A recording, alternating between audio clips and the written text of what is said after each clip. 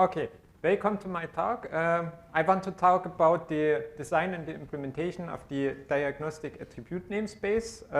That's something I've worked on in the last year or something like that. I'm Georg Sammler, or Weiznich on GitHub. I'm a developer and researcher at Giga Infosystems. We are developing a 3D database there. I'm now writing Rust for more than 10 years. In my free time, I'm the current maintainer of Diesel, and sometimes I work on compiler and language stuff. The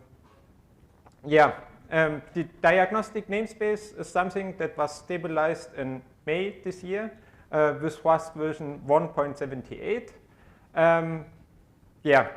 The motivation for this is that Rust-C is commonly known to be a compiler that emits quite good error messages. As Tim told in the keynote, you often can just look at the error message and see what's wrong and how to improve it. Nevertheless, it's sometimes possible that you get an error that's really large and therefore hard to read. And that's often the case for crates that rely on traits to enforce certain invariants. Examples here are Bevi or Exum or Diesel that are commonly known. The reason for that is Rust-C relies on heuristics to decide what to show in an error message and what not. That often works quite well, but there are cases where it doesn't work. And for those cases where it doesn't work, it's often the case that the authors of the crates do know what to tell their users to help them solving the problem why the code doesn't compile. So if there's a way for those crate authors to customize the error messages that are emitted by the compiler, that would significantly improve the developer experience for those crates. That brings me to the diagnostic attribute namespace. As already mentioned, it's available on stable Rust since May this year. Technically speaking, it's a tool attribute namespace, which means it modifies the behavior of a Rust tool. In this case, the compiler.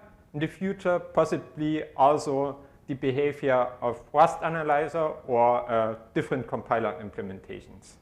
The attribute namespace just contains a set of attributes that allow to modify the error messages emitted by the compiler.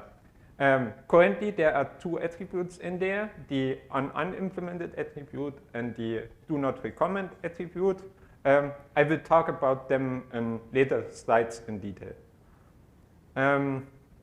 About the namespace itself, there's a set of common rules that basically defines what attributes in this namespace are allowed to do and what not. The most important thing here to know is that any attribute in this namespace is just a suggestion to the compiler. This means unknown attributes are ignored and malformed attributes are also ignored. And suggestion might be applied, but they could also be ignored for whatever reasons. That allows the compiler to develop without being blocked on certain constraints imposed by those attributes. And on the same time, it's not that bad because those attributes only modify the error message. So the compilation result won't change. That's not, it's kind of a moot point being breaking change because it doesn't break anything. It just changes the output. It's also important to note attributes in this namespace are not allowed to change the result of the compilation. So if the compilation fails, it continues to fail. And if the compilation succeeds, it continues to succeed. That means you cannot use those attributes to say this should compile. It's kind of interesting to know that you could add new attributes to this attribute namespace without writing an RFC that just requires proposing them. Next, I want to talk about the unimplemented attribute. That one was stabilized with the attribute namespace itself. So in May and this year, it modifies the error messages that are emitted if a trait bound is not satisfied. We will see an example for this in the next slide. So yeah, it's just here as a statement for now. The attribute allows you to override certain parts of the error message. So for example, the message or the label part, or add nodes. There's also syntax for basically putting in the specific types for generics in the error message. Also, we will see this in the example in the next few slides. So I've put together a small example for this. It's hopefully quite simple. We have a simple trait with one generic parameter. We have a simple function that just accepts anything that implements this trait as long as the generic is an integer. We don't implement this trait for anything, so this won't compile, and we pass in a string. And if we compile this, the compiler helpfully suggests, hey, this trait is not implemented, and maybe you should try to implement this trait, which is helpful in general, but if you write a trait that uses this important trait to uphold some invariant, it's not helpful because you are not supposed to implement this trait, but the error message should maybe say something different. So we can add this attribute as trait author there and say, yeah, I want to have a different message here. And this simple example, I've just put in something to show what happens. But we will see later examples from Diesel where there are real-world error messages in there. If I now compile this one, I get this error message, which basically just contains the strings I've put in there for the compiler to emit. So the compiler uses that string, replaces the placeholder for the generic parameters, and emits it and says, hey, use this different message. The second attribute in the attribute namespace is the do not recommend attribute. That one is currently unstable. I've opened a PR to propose it to stabilize. Hopefully that will happen quite soon, so it will be available in Rust version 1.84 in January, maybe later, let's see. That's not decided yet. And that attribute allows you to hide certain trait implementations from the error message. For that, to show what that means, I've prepared another example. This time, it's some simplified setup from Diesel. In Diesel, you have a certain set of Rust types that represent SQL expressions. So something that's part of your database query.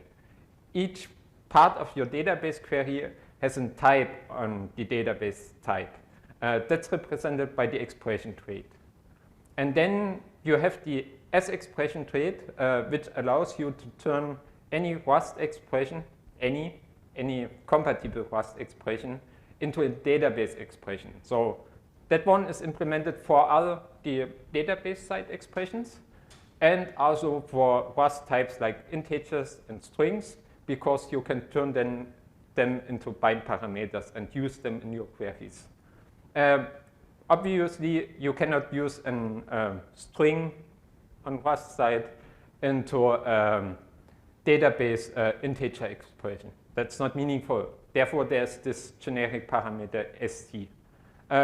Now, I've just wrote a simple test function check that accepts any type that implements as expression integer, and I pass in a string that obviously shouldn't compile, because that's exactly what I want to prevent there.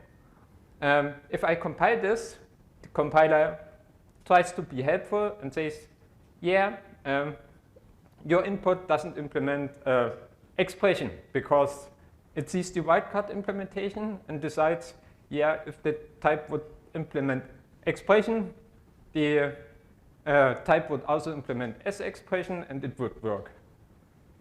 Yeah, that's often helpful, but in this case not, because it hides the important information. Hey, you're trying to use a string in place of an integer, which is, it is in the error message, but a bit hidden in the lower parts of the error message, so user often miss this.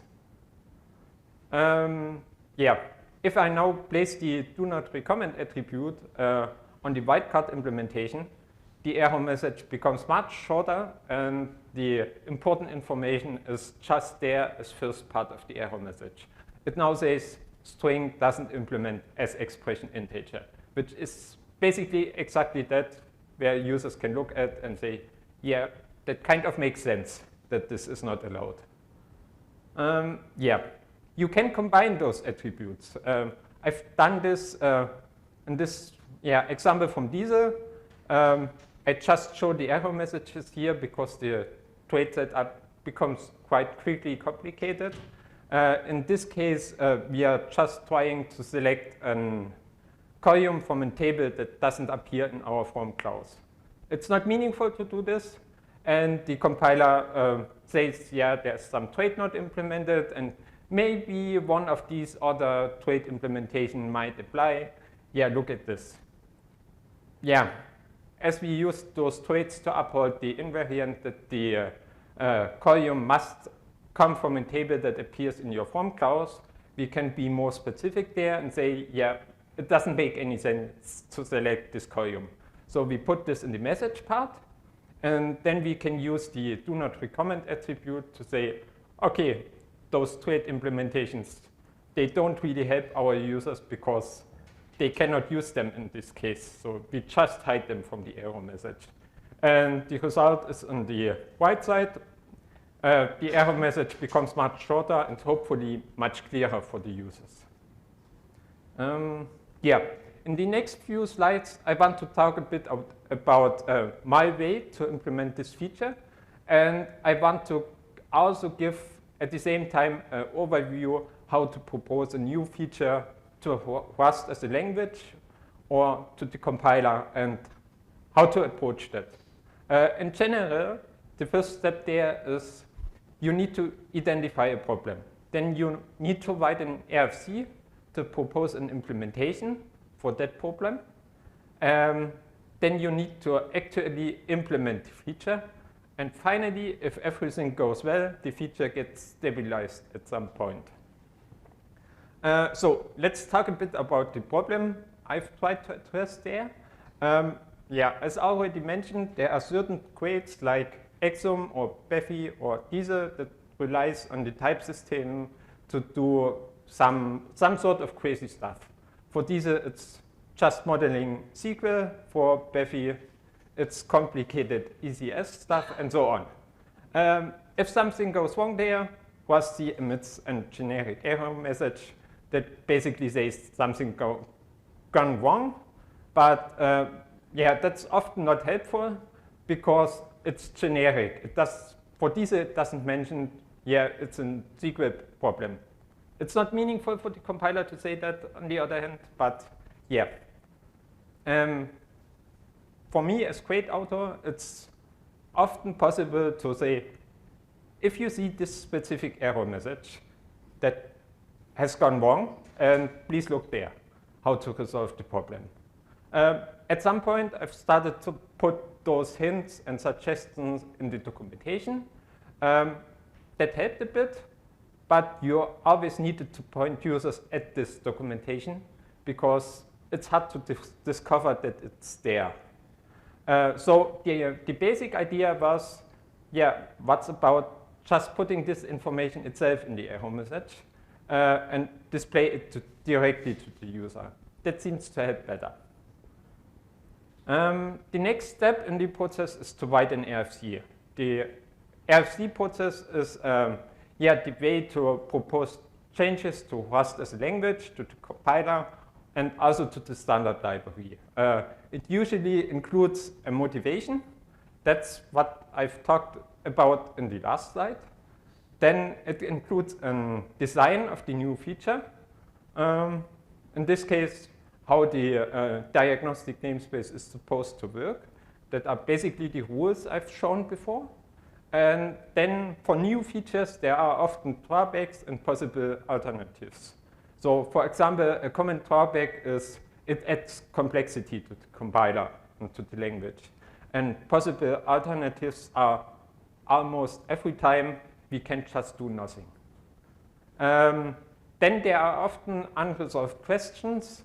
Yeah, that are things that are not relevant for the RFC discussion, but that needs to be decided before the feature is stabilized. So for this specific example, do we want to name the namespace diagnostic, or do we want some different name?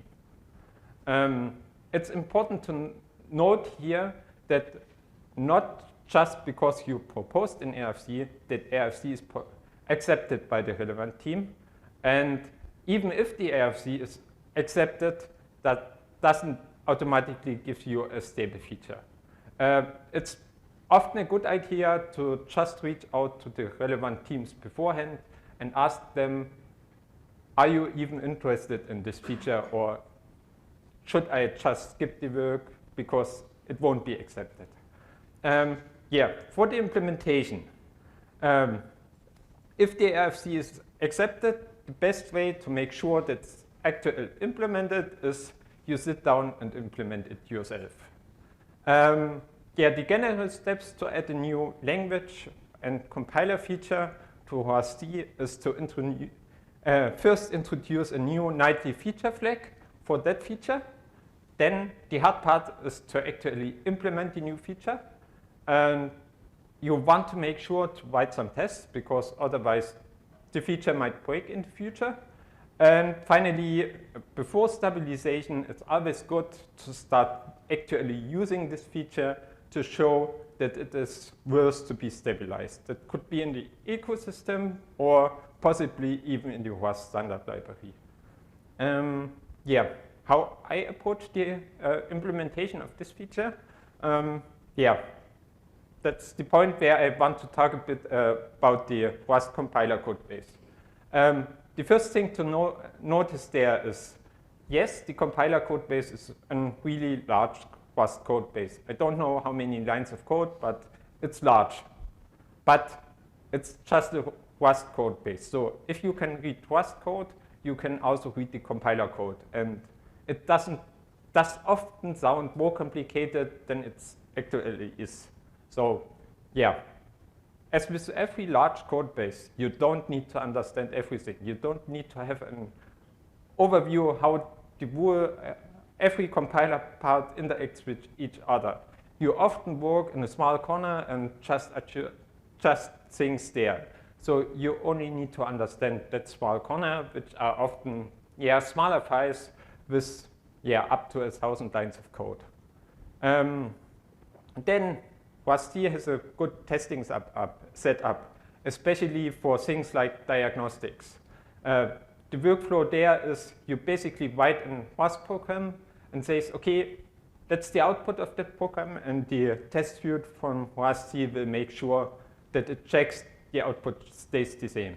You can use that to verify that your changes actually have an impact there. You sit down, write the test case, and then start modifying the compiler and see the error message changes. That brings me to the next point. The error message itself is a good point to find the starting point for your implementation, because it gets emitted somewhere. You can just search for the string, and yeah, that's the point where you start. And then RustC is a command line tool. If you write small command line tools, you just debug them by adding some print line statements and inspect things. That works for the compiler as well, because it's just a command line application. Yeah, the final step of implementing and stabilizing a new feature is the stabilization. For that, you need to write a short report how the feature is currently used. That brings me back to the point of using the feature in the ecosystem, because now you need that argument. Then you need to summarize the changes that were made during the implementation. It's often the case that an RFC proposed the feature slightly different than it was implemented for whatever reasons. In my case, the diagnostic namespace added new public elements to the language, so they needed to be documented, in this case in the Rust language reference. Then, because the feature is now stable, you need to remove the usage of the unstable feature flag. Finally, the decision to stabilize the feature is up to the relevant teams. In this case, to both the compiler team and the language team, you need to wait until they make that decision. And as with the RFC, just because you propose to stabilize a feature, that doesn't mean it will be stable. The decision is up to the teams. Yeah, let me summarize my talk. Yeah, the diagnostic namespace is home for attributes to provide suggestions to the compiler to influence the error messages. The unimplemented attribute allows you to change the error message that's emitted for unimplemented traits. And the do not recommend attribute allows you to hide certain trait implementations from the error messages. For example, the second attribute can help you to remove those well-known pyramids of tuple implementations from your error messages, because you can just say, we don't need them there.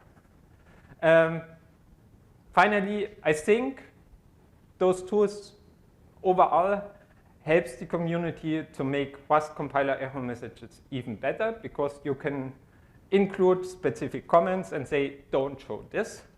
And in the end, it's hopefully not the end of the story. So if you have ideas for new attributes, it doesn't require writing an RFC. You can even start with the implementation step there. Then, thanks for your attention, and thanks for coming to my talk.